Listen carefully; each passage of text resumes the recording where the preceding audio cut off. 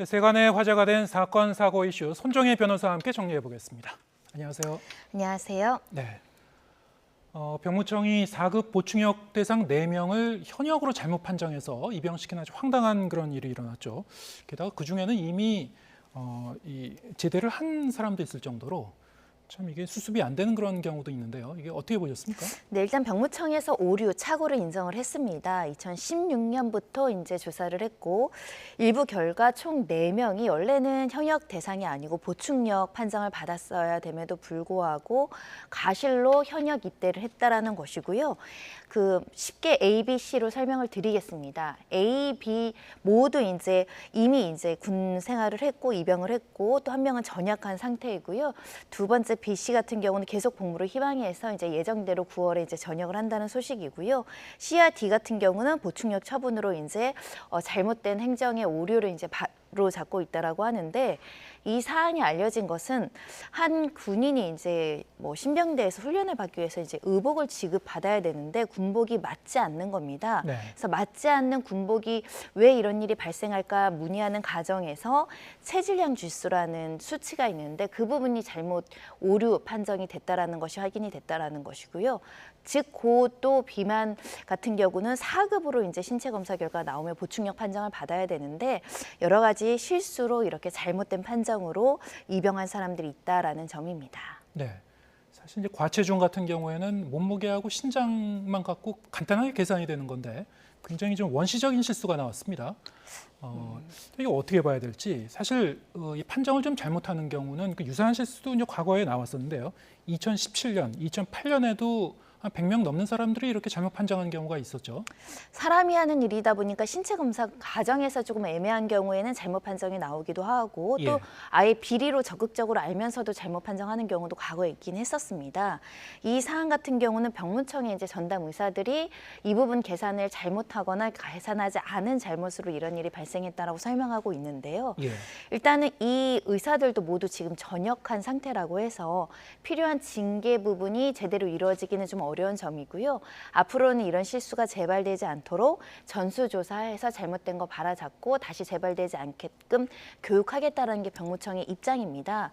제가 볼 때는 이 신체 검사라는 게 사실은 그 사람이 1급에서부터 몇 급, 7급까지를 면밀하게 구분을 해서 그에 맞는 어떤 군 복무를 시키는 것이기 때문에 그 담당 의사에게 전반적으로 어떤 재량권이나 기준을 세울 것이 아니라 좀 크로스 체크하는 게 필요하지 않을까. 그렇죠. 사람이 예. 하는 일이니까 예. 이 수치하거나 이게 기계적으로 처리할 수 있는 것은 오류가 상대적으로 적은데 사람이 한꺼번에 너무 많은 사람들에 대한 신체 검사를 하다 보면 이런 오류가 있을 수 있거든요. 네. 2중, 3중으로 좀 확인하는 절차들이 필요해 보이는 상황이고요. 경무청 같은 경우도 지금 잘못을 인정하고 있기 때문에 배상 신청이 들어오면 배상할 계획이고 검토하겠다라는 입장을 보이고 있습니다. 네. 사실 어떤 수치로 기준을 정해서 판정한다고 하더라도 그 경계선상에 있는 경우에는 의사 한 명이 판정할 경우에 좀 왔다 갔다 할 수도 있는 것 같아요. 그래서 지금 말씀하신 대로 크로스 체크하는 교차 검증하는 그런 이 장치가 좀 필요할 것이다. 병무청이 이제 재발 방지를 약속했는데 좀 제대로 시행이 됐는지 좀 지켜봐야 될 것 같고요. 그러면 이번 병역 판정이 잘못된 사람들 중에 보면은 한 명은 이제 만기 전역, 다른 한 명은 현역병으로 이제 복무 중이라고 하는데 문제 제기를 하면은 어떻게 좀 그 배상을 받을 수 있을 것 같습니까? 어떻게 보십니까? 일반적으로 국가배상 청구 같은 경우는 국가의 과실이 위법해서 그에 대한 어떤 손해가 발생한 경우에는 국가배상 청구가 인용될 가능성이 있습니다. 예. 이 사건은 일단 국가의 과실은 확인이 된 사건입니다. 다만 손해도 발생할 여지가 있다라고 평가가 되는데 경제적인 손해를 그 돈으로 따지기가 좀 애매한 사건입니다. 특히 만약에 이런 잘못된 처분으로 본인의 어떤 군 복무에 있어서 오류가 발생하고 자기결정권이나 국가의 필요한 부분이나 이런 것들이 제대로 이루어지지 않았다고 한다면 정신적 손해로 위자료 청구를 할 가능성이 있어 보이고요. 예. 다만 지금 4명 중에 특히 한 명은 이미 현역으로 복무를 하고 있는데 본인이 보충역으로 갈 수 있음에도 불구하고 지금 현역으로 제대하겠다는 입장을 보이고 있어서 네. 법률적으로는 이게 정신적 손해에 해당하는지 여부가 조금 면밀하게 검토할 부분은 있지만 그래도 국가의 과실에 있어서 정신적인 어떤 피해를 받았다라고 인정이 된다면 배상 청구 요건에 해당합니다. 예.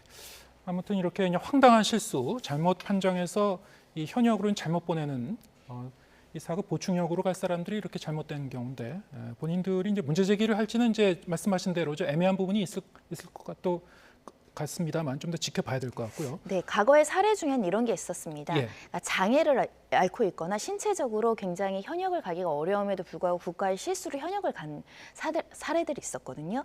이 경우에는 사실상 개인의 손해가 발생했다고 보고 네. 배상 청구가 인용된 사례들도 있기 때문에 그런 사례들을 검토해서 배상 여부나 이런 것들을 적극적인 행정으로 먼저 제시하는 것도 필요해 보입니다. 예, 알겠습니다. 아무튼 이런 오류가 없어야 될 텐데요. 예, 좀 지켜보기로 하고요.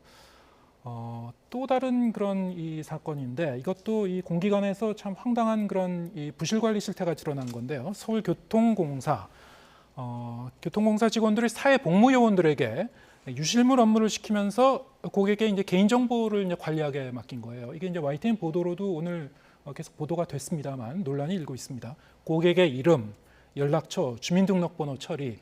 과거에도 이 개인정보 처리와 관련해서 문제가 된 적이 있는데 왜 이런 그 어처구니 없는 그런 일이 일어난 걸까요? N번방 사건 예. 기억하실 텐데요. 그때 이제 피해자들의 개인 정보를 팔아넘기거나 돈 받고 누설했던 사람들이 사회복무요원으로 지목이 되다 보니까 예. 특히 일반 공무원 같은 경우는 이렇게 개인 정보를 부실하게 취급하거나 범죄에 연루돼서 이 정보를 넘기는 경우에 굉장히 엄중한 처벌도 받고 또 공무원 신문이 박탈될 수 있을 정도로 중징계에 있을 수 있기 때문에 책임감을 가지고 합법적으로 일하려는 동기부여가 되는데 예. 사회복무요원 같은 경우는 아무래도 그런 책임과 의무가 덜하다 보니까 사회적인 문제가 됐었고요.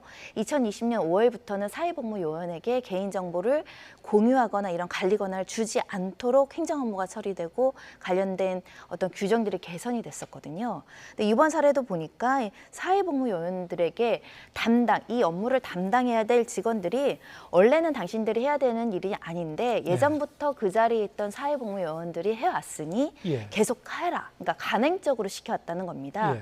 근데 이 간행이 불법인 게 확인이 됐으면 멈췄음에도 불구하고 첫 번째 본인들의 업무 편의를 위해서 부당한 업무 지시를 했다라고 볼 수밖에 없는데요.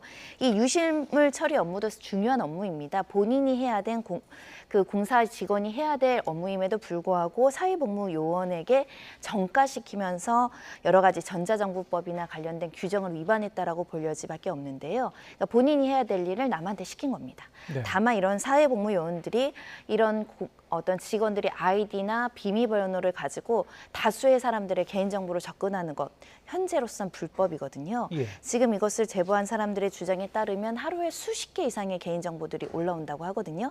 이게 만약에 불법적인 마음을 가지고 범죄의 어떤 동기로 이것을 어떻게 유용한다고 한다면 또다시 사회적인 문제가 될 수 있기 때문에 엄격하게 좀 금지를 해야 되지 않을까 생각이 들고요. 예. 병무청에서도 사회복무요원들이 개인정보 업무 처리는 금지했습니다. 금지된 불법적인 지시를 시킨 것이죠. 사실 이제 서울교통공사도 그렇고 이 공기관들이 과거에도 이제 개인정보 관리가 이제 부실해서 문제가 된 적이 사회적인 문제가 된 적이 여러 번 있었는데요. 이게 계속 그냥 반복이 되는 이유. 말씀하신 대로 이제 처벌의 강도가 낮아서인가요? 제재 수위가 좀 어떻습니까? 과거에는 사실은 이게 적발되기가 굉장히 어려웠었습니다. 그에 예. 대한 보완 업무나 이런 것들이 제대로 부실하게 처리된 경우가 꽤 많았기 때문인데요. N번방 사건 이후로는 이 개인정보에 대한 어떤 보호 취지가 굉장히 강화가 되면서 함부로 남의 정보를 이제 취득하거나 이런 것들이 기록에 남게 되어 있고 그래서 더 적발하기가 쉬운 시스템이 됐습니다. 네. 그리고 그만큼 개인정보가 사회에서 어떻게 보면 범죄에 악용되기도 하고 경제적인 이득의 목적으로 불법적으로 활용되는 문제가 크다라는 거죠. 범죄가 아니다고 하더라도 홍보 목적으로 다른 사람들 개인정보를 사고 파는 일이 왕왕 있기 때문에 개인정보의 어떤 경제적 가치가 굉장히 높아지고 있다. 이렇게 말씀드릴 수 있고요. 네. 두 번째는 이 간행이라는 게 굉장히 무서운 겁니다. 직원들이 내가 할 일을 사회복무요원이 와서 좀 부담을 가져가 주니 경감시켜 주니 그 부분이 좀 편했던 측면이 있어서 이걸 악용해서 이 유실물 업무를 대신 시키고 싶었고 이걸 시키려고 한다면 본인의 아이디나 이런 걸 공유해야 되니까 그 부분을 조금 너무 안이하게 생각했던 거 아닐까 생각이 드는데요. 네.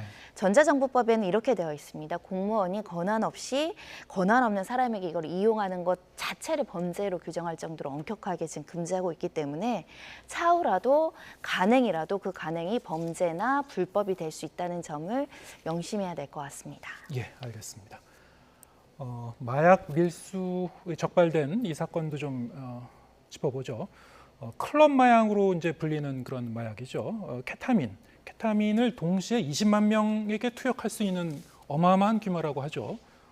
이러한 그 마약들을 몰래 들여오려다가 적발된 조직원이 기소가 됐는데, 자, 17명이 기소가 됐어요, 한꺼번에. 예, 이것도 좀 그 이례적인 것 같습니다. 예. 그중에 14명을 또 구속 기소한 사건이고요. 예. 그러니까 검찰이 마약 사범에 대해서 엄중하게 처벌하겠다라는 의지가 굉장히 강한 사건이라고 보시면 될 것 같습니다. 예.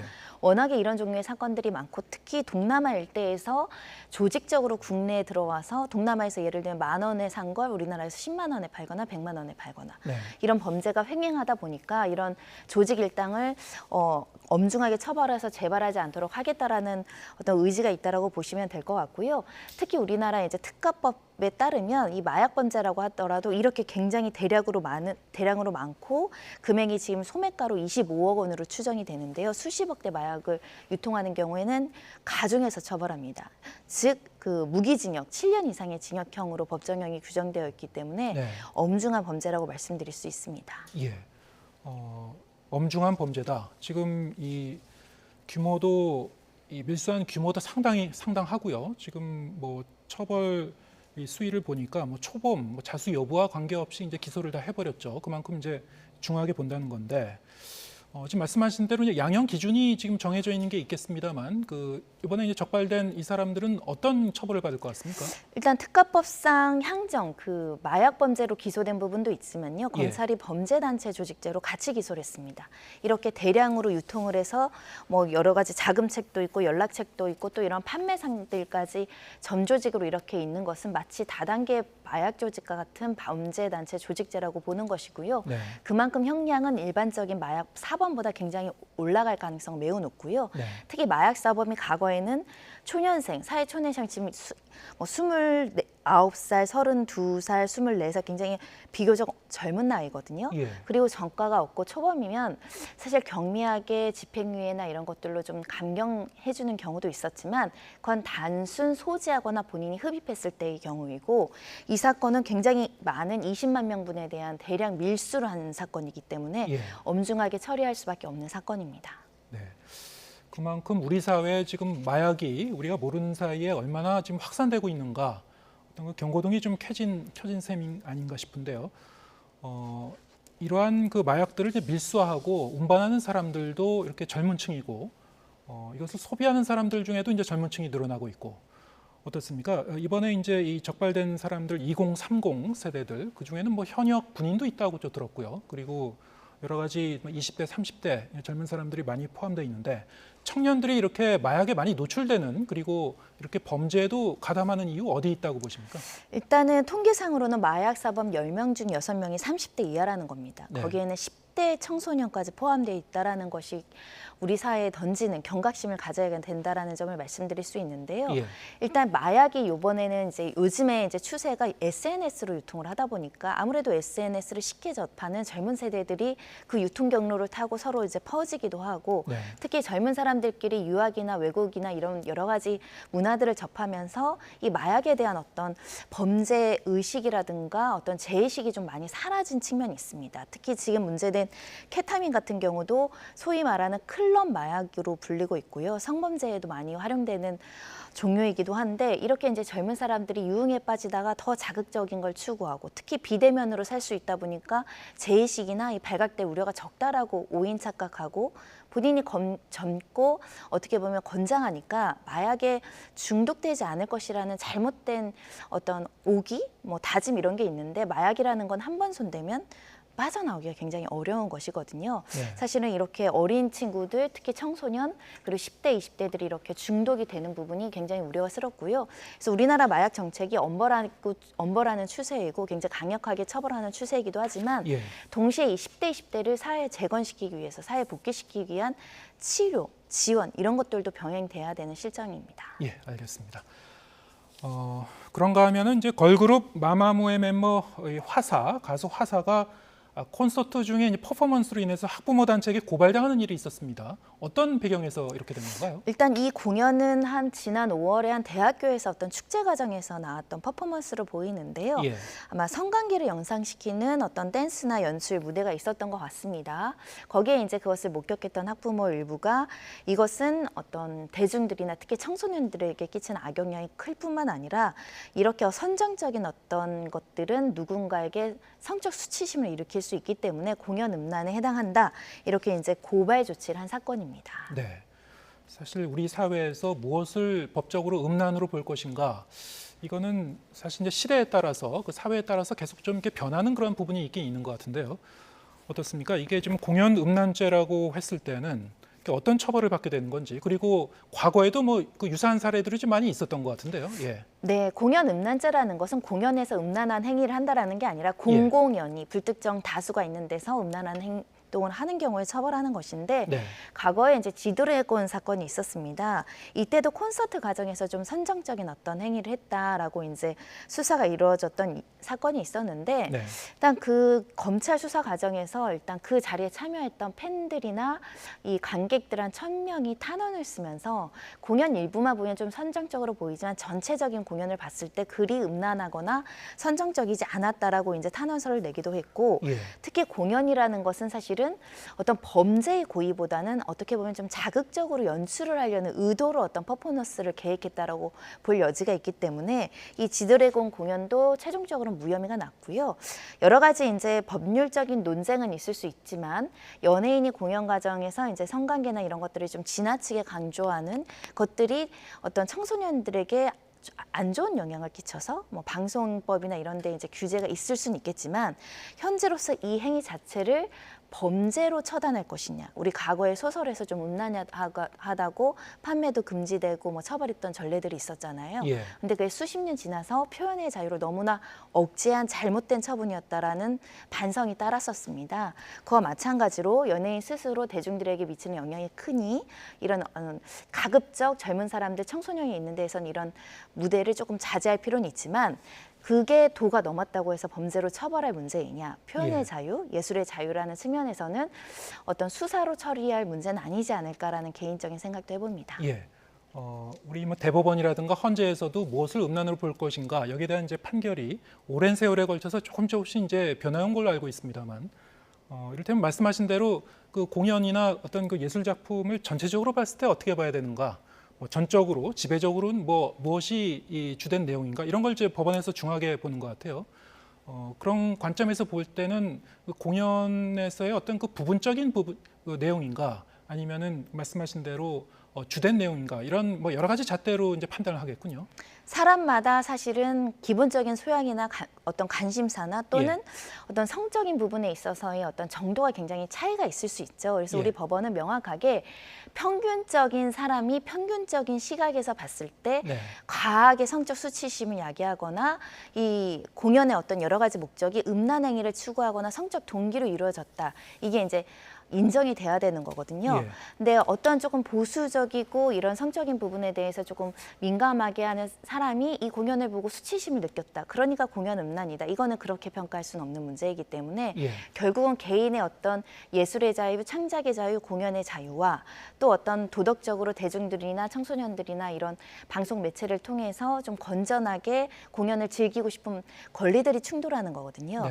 근데 우리의 대부분의 이제 판례들은 사회에 해악을 끼칠 것이 명백하거나 중대하다라고 인정되지 않는다고 한다면 어느 정도의 예술의 영역에서 창작의 자유를 보호해야 된다는 취지로 많이 이제 평가가 되기 때문에 가수가 어느 공연장에서 어떤 퍼포먼스, 계획된 퍼포먼스를 했다라는 사유를 범죄로 처단하기보다는 표현의 자유의 영역에 있다 이렇게 평가될 여지가 있어 보입니다. 예, 알겠습니다. 또 이런 일도 있었습니다. 글로벌 아이돌 그룹 엔팀의 이 팬사인회에서 이 팬들이 예상치 못한 이제 몸수액을 당하는 그런 일이 있었죠. 수치심을 느꼈다, 트라우마가 될 수도 있었다, 뭐 이런 목소리도 나오고 있는데 어떤 일이 일어난 겁니까? 이거는 일단 이 소속사 차원에서는 좀 관리 부실을 제대로 했어야 되는 문제로 보입니다. 어느 예. 누구라도 미리 예고되지 않았는데 내 몸을 수색하거나 가방을 수색하는 것은 불쾌할 뿐만 아니라 불법의 소지도 있는 것이지요. 근데 이 사안을 돌려봤더니 이제 팬 사인회 과정에서 뭐 1대1로 대화하는 내용이나 이런 것들을 일부 팬들이 녹음을 해서 이제 공개했을 때 문제가 될까봐 이 몸에 전자장비가 있는 것을 확인하기 위해서 수색을 했고, 그 수색 과정에서는 여성들이 이제 상의 어떤 속옷까지 뭐 열어보거나 찔러보거나 하는 과정에서 신체적인 어떤 접촉도 있어서 일부 팬들이 사실은 항의도 하고 싶었지만 이게 과잉된 이런 수색에 대해서 또 항의했다 그 팬사인에 들어가지 못할 염려가 있으니까 아마 즉각적으로 항의를 하거나 이러지 못했던 것으로 보이는데요. 일단 근거 없이 남의 그 어떤 몸을 수색하는 것은 허용될 리가 없겠죠. 다만 사회상규상 허용되는 통상적인 범위는 가능할 수 있습니다. 예. 하지만 이렇게 사전적으로 어떤 전자장비를 막기 위해서 이렇게 수색을 하고 출입을 금지시킬 수 있는 권한이 과연 있느냐. 이 행사 개최할 때 이것을 예고를 했느냐. 그리고 수색할 때 수색영장이 없는 상황이면 동의가 있었느냐. 네. 이런 것들을 검토했을 때는 팬들의 동의를 받지 않고 너무 과잉 대처했던 부분이 아닐까라는 생각을 해보고요. 특히 어떤 뭐 전자장치로 녹음하는 게 우리 현행법상 불법이 아니거든요. 근데 그 불법도 아닌 것을 막고자 오히려 신체 수색하는 과정에서 뭐 가슴 부위를 만진다거나 수색을 하는 것 자체는 불법성이 있습니다. 다만 신체 수색죄에 대해서는 유무죄가 엇갈려서 정당한 목적으로 정당한 행위면 무죄다 이런 판례도 있지만 권한 없이 어떤 사람의 몸을 막 수색하는 것은 기본적으로 불법성을 띠는 행위이기 때문에 아무리 질서 유지권 차원이라고 하더라도 이건 어떻게 보면 팬들에 대한 예의도 아닐 뿐만 아니라 법률적인 근거도 조금 망각한 처사이다라는 점을 말씀드리고 싶습니다. 네, 참 황당한 일이 일어난 건데요. 그러면은 이 본인들의 동의를 받지도 않고 이 현장범으로 체포된 것도 아니고 뭐 영장도 없고 그런데 이렇게 신체 수색을 했다. 이것은 법적으로 문제 제기를 하면은 처벌받을 수 있는 겁니까? 이 주최 측이? 일단 신체 수색과 관련해서는요. 형법의 규정이 이렇게 되어 있습니다. 사람의 신체를 수색한 자는 3년 이하의 징역에 처한다라는 규정이 있는데 네. 일단 업체 측에서는 이렇게 주장할 것이 예상이 됩니다. 동의를 받았습니다. 묵시적인 동의지만 항의를 받지 않았고 수색하라고 동의했기 때문에 했고요. 두 번째로는 이 강제로 이렇게 수색할 범죄의 고의가 있었던 것이 아니라 이런 일을 방지하기 위해서 질서유지권 차원에서 했던 정당한 행위입니다. 위법성이 없습니다. 이렇게 주장할 여지가 있지만 근본적으로는 구성요건 해당성에 해당할 여지가 있다라는 점입니다. 판례를 하나 소개시켜드리면 어느 상점에서 절도 행각이 일어나서 경찰에 신고하기 전에 우리 집 물건 있나 볼게요라고 수색했던 사건이 기소된 사건들이 있거든요. 네. 유죄가 나오기도 하고 무죄가 나옵니다. 사안에 따라서 그 정당한 어떤 행위의 범위나 목적이나 수색의 어떤 정도 이런 것들이 좀 달라서인데요. 기본적으로는 권한 없이 근거 없이 더군다나 뭐 불법을 저지른 게 아니지 않습니까? 팬들이 합법적으로 들어가려는 사람을 막고 수색하는 것은 범죄의 소지가 있습니다. 예. 누가 이렇게 정당하지 못한 이유로 수색을 요구할 경우에는 이제 거부할 권리가 있다는 거 기억해둬야 될 것 같습니다. 손정혜 변호사 함께했습니다. 고맙습니다.